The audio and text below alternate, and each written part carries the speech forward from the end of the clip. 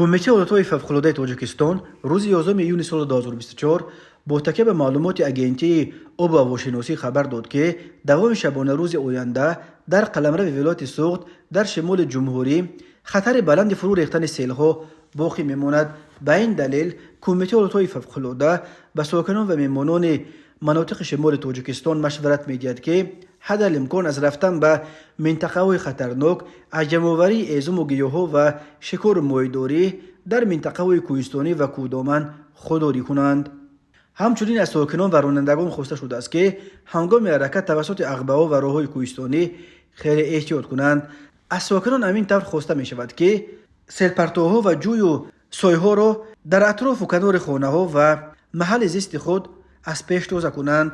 در صورت پیش آمدن یگان حادثه فوق‌العاده، ساکنان و مهمانان جمهوری می توانند با این رقم‌ها به خدمات نجات زنگ بزنند: 112 223 13 11 221 91 19 و یا 93 880 28 19.